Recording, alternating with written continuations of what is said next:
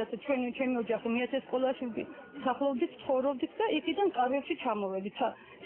გამოგვაგზავნეს, ისე სწავლა იწყებოდა სკოლაში და იძულებულები გავხდით, რომ წარმოსულიყავით კარებში, დაგვაბინავეს კარებში, თავიდან შემოდიოდა ისეთი გამზადებული საჭმელი, რომ ეს რო ვერ ვაკარებდით, რა გამგეობაში გეუბნები ესეთი მდგომარეობა, მაგრამ არავინ არ შეწუხებულა. დადით უკვე არის და შეხვიდეთ რა, თქვენ ადგილებზე ჯერჯერობით და მე მოგხედავთ რა თქმა უნდა, მოვალთ და ყველაფერს დაგეხმარებდით და გამოვედით, ჯერ გორში ვიყავით ჩასულები აქ გამგეობის უკან ბაგაჟში და იქიდან ეხლა ხარ გამოვედი ჩემს სახელ დამწვარიანი. აქ იყო რაღაცა დახმარება. ორი თავი კომპოსტო ვიღაცა მომიწევდა. არასამთავრობო მოხდება. ორი თავი კომპოსტო იყო და სტაფილო და წითელი წახალი ორი. მომიტანეს და ხო არ გავატანდი უკან. ჩვენი მოსავალი იყო წაიღო წყალმა აღარაფერი არ არის, არაფერი მოვიდა. ერთი მოჭალობიოც არ მაქვს ისე ვარ. არა, ჩემი ის არ არის ცეცხლის ამ სახლის მიმართა დახმარება. არავის ხარ. ამ დაწირებაში ვარ ფაცუნულები. არა, ნე პატრონი. აი, ნახეთ რა ჩემი ხონება ცხოვრება, რაც კი შეგვიძენია, აი ესე ამ უბედურებაში ვარ ფაცუნულები. ხალხი პრობლემას ხიებში ბევრს აქვს. ამ ქალბატონის კუთვნილ სახლში ომამდე 3, მამისა და 2 ვაჟიშვილის ოჯახი ცხოვრობდა. მაგრამ მთავრობა ახლა მას დამწვარი სახლის სანაცვლოდ ერთ კომპენსაციას $15,000 თავაზობს. ხალხი იძულებული ხდება აიღოს თანხა, რომელიც მათი თქმით სახლების სანახევროდ აღსადგენადაც კი საკმარისი არ არის. მოდიან უღებენ სურათებს და შეხედავენ აქეთ იქით სწავლენ, არაფერი შედეგი ჩვენ არ აქვს. 3 ოჯახსაც არავითარ შემთხვევაში არ გვაფიქსირებენ. მარტო ერთი კომპენსაცია შემოთავაზეს საერთოდ ერთ წერქეს შვართო და არავმა რა. 11 სული ვართ ოჯახში. 11 სული რანაირად უნდა იმას აქნას ამ 15-მა იმ თანხას არ გვაძლევენ და უშუალოდ აი რაც საჭიროა და ძალიან ცოტა თანხაც იმისათვის რომ აი ნახევრათაც არ გვეყოფა. ხან ეს მეზობელთან ვათენებ, ხან მეუღლესთან. დღემდე არანაირი პასუხი, აი ნორმალური პასუხი არ აქვს. ვაპირებდი აღებას, მაგრამ გამოაცხადეს ოქსამდე ვინც აიღებს, თუ აიღებს თუ არაო და მეო მაგასაც დაკარგავს. იძულებული გავხდი ამეღო, იმიტომ რომ მასალას მაინც დავიმარაგებ, ხო? მასალას მაინც ავიყიდი, რაღაცას რომ გაზაფხულისთვის ერთი ოთახი მაინც ავიშვა. ნამდვილად არ უნდა ამეღო. 15,000 კომპენსაცია ეს არის, რაც შიგ დავკარგე მე. რაც შიგ რომ ვიცი ვამბობ, რომ 500 ტომი წიგნი მქონდა საუკეთესო, მარტო 7 გამოცემა, ვებსიტე მქონდა, წყალზე დაწერილი და ისე, მაგას რომ ვამბობ, სიცილად არ აყოფნის ზოგიერთ ჩვენი მთავრობის წარმომადგენელთან. სიცილად არ აყოფნის. სამაჩაბლოში დაბრუნებულები სოფლის ბირჟას დიდი ხანი არ ტოვებენ. დამწვარ სახლებში ყოფნას ისევ გარეთგომა და ერთმანეთისთვის აზრების გაზიანება ურჩევნიათ. თავყრილობა არც მაშინ იშლება, როცა სამაჩაბლოს თავზე რუსული ბერწფრენები ჩანან.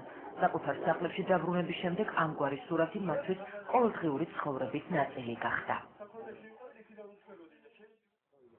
უსტატუსო დევნილები ხალხი, რომელიც სახლებში ვერ დაბრუნდა.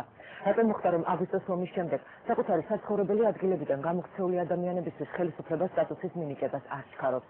ამ კითხვას დევნილებთან ერთად არასამთავრობო ორგანიზაციებიც სვამენ.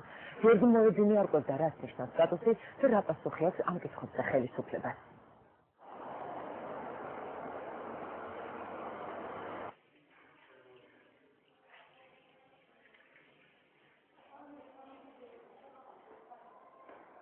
უკვე 4 თვეა დევნილები ჰქვია, თუმცა ეს არაოფიციალურად. ოფიციალურად მას სტატუსს ჯერ არავინ აძლევს. წერილების სტატუსის მოთხოვნის შესახებ ტოლვითა და განსახლების სამინისტროში არაერთხელ გააგზავნეს, თუმცა პასუხის გაცემას უკვე მე-4 თვეა არავინ ჩქარობს. მინისტრი სუბელიანი ფიქრობს, რომ სტატუსის საკითხი მნიშვნელოვანი არ არის. ისინი მეფეებენ სტატუსს, მაგრამ სტატუსი ამ შემთხვევაში არანაირად მნიშვნელოვანი არ, იმიტომ რომ სტატუსი ის რაც ministrისთვის მნიშვნელოვანი არ არის, საერთაშორისო კონვენციების გარდა საქართველოში სპეციალური კანონით რეგულირდება, რომელიც ჯერ კიდევ 1996 წელს მიიღეს. კანონში გარკვევის წერია, რომ მოსახლეობის მასობრივი და ექსტრემალური გადაადგილების დროს პირის დროებით დევნილად ცნობა სათანადო წესით მისთვის დევნილის სტატუსის მინიჭებამდე ხდება ტოლვითა და განსახლების სამინისტროს შესაბამისი სამსახურის მიერ დაუყოვნებლივ. რატომ არ შესრულდა კანონი და შესაბამისად რატომ ვერ მიიღეს დევნილებმა ყველა ის დახმარება, რაც სტატუსის მიხედვით ეკუთვნით. ამ კითხვებზე კვლევითა და განსახლების მინისტრი გაღიზიანებას ვერ მალავს. შენაშვილო ქართული იცი? ყველა მიიღებს შეთქი და მეტი როგორ გიპასუხო სტატუსს ახლავს ის სოციალური პაკეტი უკვე მიღებული აქვს. ასე თქვათ იმხელა ოდენობით რომ იქ სტატუსი იგულისხმებოდა უშუალოდ 20 დოლარიანი ყოველთვიური შემწეობა. 30000 დოლარიანი სახლები აქვს მიღებული. გასაგებია. მინისტრთან საუბრის შემდეგ ჩვენ თბილისში ეგრეთ წოდებულ ზაკოს შენობაში მცხოვრებ დევნილებთან მივდივართ და ვცდილობთ გავარკვიოთ რა პრობლემებს უქმნის მათ სტატუსის უქონლობა.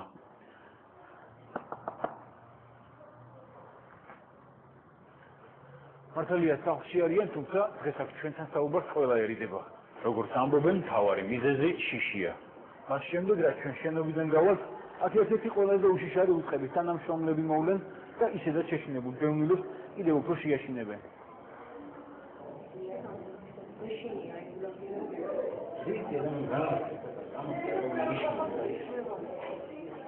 შენობაში 1000-მდე დევნილი ცხოვრობს.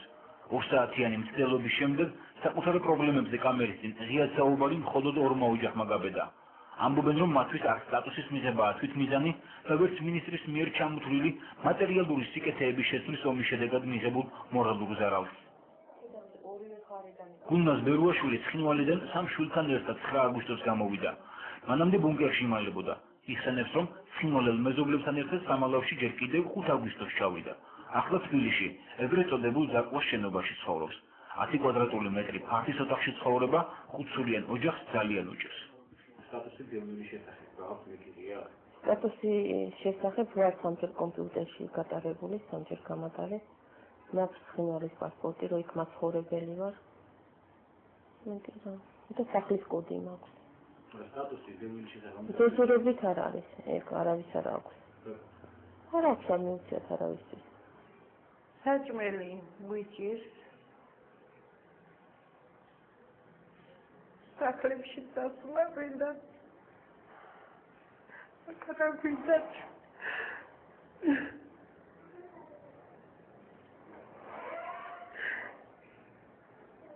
ორმოცდასამი წელი იქცხოვრო. დევნილის სტატუსი არც მარიამ კახნიაშვილს მიუღია.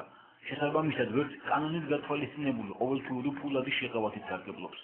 უფულობის გამო დევნილების საარსებო მინიმუმი მხოლოდ ის პროდუქტია, რომელიც ხელისუფლებას და არასამთავრობო ორგანიზაციებს მათთვის მიაქვთ. 20 დღეში ერთხელ ვიღებთ. ჩვენავლაბარში ვიყავით,ავლაბარში პირველად. უსინათლოდ სკოლაში. იქ კარგად მოქონდა, ყოველ დღე მოქონდა საჭმელი.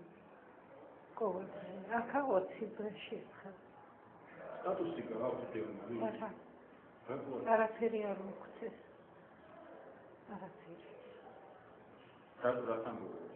როგორ? რას ამბობ? არაფერი ჩვენ ვერავის ვერ ავხედავთ. ვარ ჩაკეტილები ოთახებში და ვერავის ვერ ავხედავთ. აქ არავინ მოვიდა, აქ არავინ არაფერს არ გვეუბნება. არავინ არ მოხდება? არა, კაცშვილი ჩვენ უკვე აქა ერთი თვეი აქა ვართ. არავინ მოვიდა. ხელისუფლებისგან განსხვავებით სტატუსის საკითხის გადაწყვეტა მნიშვნელოვანია არასამთავრობო ორგანიზაციებისა და სახალხო დამცველისთვის. მათი აზრით, სტატუსის მინიჭება დევნილისთვის პირველ რიგში კანონის პატივისცემაა და მეორეს მხრივ კი იმედი იმ კუთხეში დაბრუნების, საიდანაც იძულებით წამოვიდა. სტატუსი ჩემთვის, მე დევნილი ვარ და სტატუსი არის ჩემთვის, როგორ გითხრათ, უფლება იმაზე რაც დამჭა, უფლება ჩემს სახლში დაბრუნებაზე, იმის დოკუმენტი, იმის დოკუმენტი, რომ მე იქედან ვარ, რომ მე დამჭა სახლი და მე მინდა დაბრუნდება და მაქვს ამ დაბრუნების უფლება. ეს რა თქმა უნდა მნიშვნელოვანი სტატუსის მინიჭება, ასე რომ არ იყოს სტატუსი არ იარსებებს არანაირი კონვენცია და ამ თემებზე არავინ ისაუბრებს. ეს აბსურდული განცხადება. 4 თვის განმავლობაში იძულებით გადაადგილებულ პირებს სტატუსის მინიჭების შემთხვევაში კანონით დადგენილი შემდეგი სოციალური და ეკონომიკური შეღავათებით შეეძლოთ ესარგებლად. დროებითი საცხოვრებელი ადგილი, ყოველთვიური ფულადი შემწეობა, სურსათისა და სხვა სახის დახმარება, დროებით დასაქმება, პროფესიისა და კვალიფიკაციის გათვალისწინებით. დევნილობის პერიოდში ერთდროული და ყოველთვიური შემწეობა, აღმასრულებელი ხელისუფლების ორგანოების მიერ დადგენილი წესით.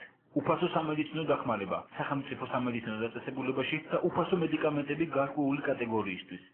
საპენსიო